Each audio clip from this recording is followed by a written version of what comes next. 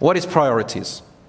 It means that when you want to advise someone about good or bad, stay away from the bad or do good, you got to look at what's more important to talk about.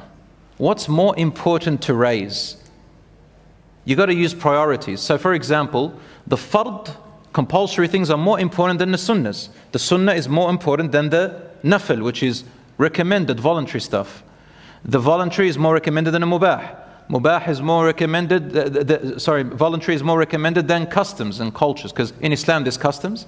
For example, if a particular dress code in a community or a tribe is what's considered beautification, some people that go, no, you have to wear this and you have to dress like that. That's not the priority right now.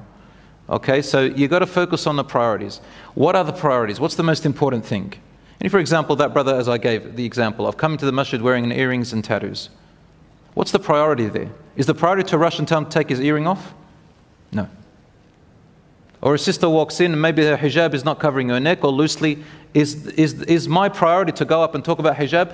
Or if she's among the women, of course. Or is my priority to get to know and make her feel welcome to this masjid, and then slowly on the side, maybe give her little pieces of advice out of love and care? I want to recite an ayah in the Quran, and I think all of us know this ayah, in Surah Sabbih Isma Rabbika Al-A'la. The verse which says, فَذَكِّرْ إِن نَفَعَتِ الذِّكْرَ. فَذَكِّرْ إِن نَفَعَتِ الذِّكْرَ. 4 words. Some people say to me, how can I understand the whole Quran? Ya akhi, if you just take 4 words and try to understand them, that'll change a quarter of your life maybe. Listen to this. فَذَكِّرْ إِن نَفَعَتِ الذِّكْرَ. Allah subhanahu wa ta'ala says, so render good counsel if good counsel will avail. Advise good advice if the advice will benefit. Yeah, we recite it in Surah Sabbih Isma Rabbika. فَذَكِّرْ إِن نَفَعَتِ الذِّكْرَ. In is what we call shartiyya, which means a condition. Don't do that unless it's that. So we have 2 words like similar. We say إِذَا and in. إِذَا is a little bit more flexible. In is conditional. When you hear the word, when you read in, it means it's conditional. If this, then do that.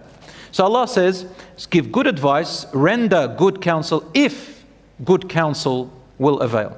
The scholars gave 2 meanings to that. The first ones they said, we are giving you, the first commentator said that Allah is saying to the Prophet ﷺ, we are giving you a simple code of law, which is easy to practice and act upon. And the second sentence to mean, admonish, meaning remind the people if reminding is useful. The second view, which makes more sense to the structure and theme of the verse, it's like Allah is saying this, and I'll just read the commentary. O Prophet, we do not want to put you to any hardship concerning the preaching of Islam, by demanding that you should make the deaf to hear and the blind to see the way.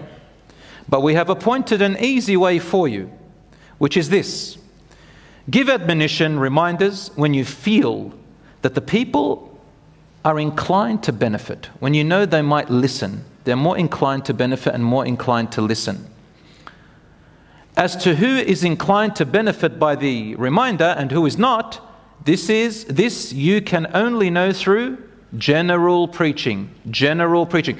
Instead of going personally to a person, brothers and sisters, if you have a situation where you can talk in public or in general or in a gathering without pointing to a particular person or naming a person in particular, is the best way to start any kind of da'wah and reminding. That's how the Prophet ﷺ used to do, is to start general. And then, therefore, you should continue your general preaching, but your object should be to search out those from among the people who will benefit by it and adopt the right way. You catch them, you start getting to know them. Once you get to know a person, you get a bit closer, you're able to talk to them. Just look at yourself. Always look at yourself and think, would I be comfortable and listen if that person approached me the way that I'm thinking of approaching him?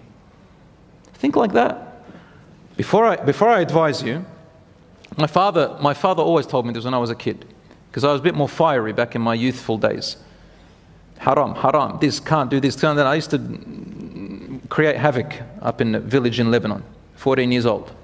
I once turned the whole village against me, wallah. And I thought I was Prophet Ibrahim, but then I realized Prophet Ibrahim ﷺ doesn't do it that way. But I thought, Anyway, I was a child, but we learned the hard way. My father used to always tell me, son, before you advise anyone, no matter how good the advice is, no matter how pleased Allah subhanahu wa ta'ala you think He'll be with you, even if it's 100% correct, before you do it, think. Would you accept that approach if you approach them that way? And will it bring something good, or would it make it worse? Think. Think before you say. That's the meaning of da'wah.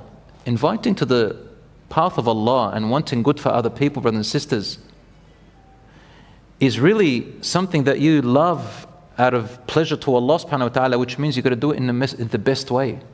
That's why Allah says, وَمَنْ أَحْسَنُ قَوْلًا مِمَّنْ دَعَى إِلَى اللَّهِ وَعَمِلَ صَالِحًا وَقَالَ إِنِّي مِنَ الْمُسْلِمِينَ. And who is there better of a caller than the one who calls to Allah and does righteous deeds themselves and says, I am among those who submit. This is the most precious call, so call to it in the best way. Cheap things, silly things, stupid things we call in the stupid way. But something so precious, the deen of Allah, we've got to call to it in the most precious and sensitive way. Like the man who urinated in the masjid, and Prophet ﷺ said, leave him, let him finish. Let him finish peeing in the masjid. Let him finish.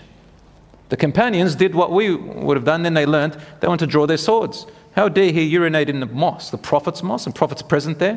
Prophet ﷺ said, let him finish. Something might happen to him, come on. He's thinking about the guy. Then he said, bring him to me. He came close and said, everybody move. He said, get some water and just clean it, and that's it. And he said to him, Ya hadha, oh so-and-so, with a smile, this place is not the place for that. Meaning it's normal what you're doing, it's not the place. He said, Wallahi ya Rasulullah, he says, I'm a Bedouin, I travel in the deserts, and this is the only place is what we're used to, and I thought that I was actually outside of the mosque. It wasn't built like today. And Prophet ﷺ understood, and he said, Bi abi huwa wa ummi.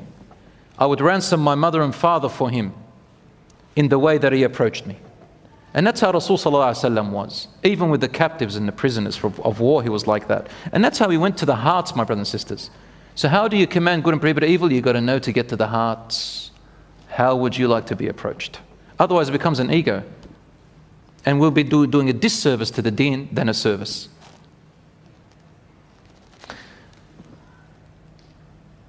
So, similar was in Surah Abasa wa Tawalla. Remember the story when the Prophet ﷺ turned away from the blind man? And he focused his attention on the leaders, the affluent leaders. And the affluent leaders weren't listening. And the Prophet ﷺ knew they weren't. But he kept trying and trying and trying, because he thought, if I can make them convert, bi'idhnillah, then they will be powerful to the ummah. And the blind man, who was really a very normal, simple blind man, Ya Rasulullah, Ya Rasulullah, Prophet ﷺ avoided him for a bit, not because A'udhu Billah, that he didn't find him important, but he was just focused on these people. And Allah subhanahu wa ta'ala says, Abasa wa tawalla. He frowned and turned away when the blind man came to him. وَمَا يُدْرِكَ لَعَلَّهُ يَزَّكَّى. And how would you know, O Messenger of God, in other words, that that man will be of greater benefit than the people that you are talking to? Meaning those who come to you really wanting, focus on them. Those who don't want, avoid them. Avoid them until when they reciprocate. We learn this as teachers as well, in a classroom of 30 students, let's say, or 20 students. There are those who pay attention, those who don't. Those who are mucking around want attention, those who really want it seriously. A good teacher is able to know how to focus on the ones who are involved in the class and knows how to make a way where the other ones are not taking up too much of the class time. But unfortunately, some teachers, and even parents, some of them, those students who want to muck around, they take up all of our energy.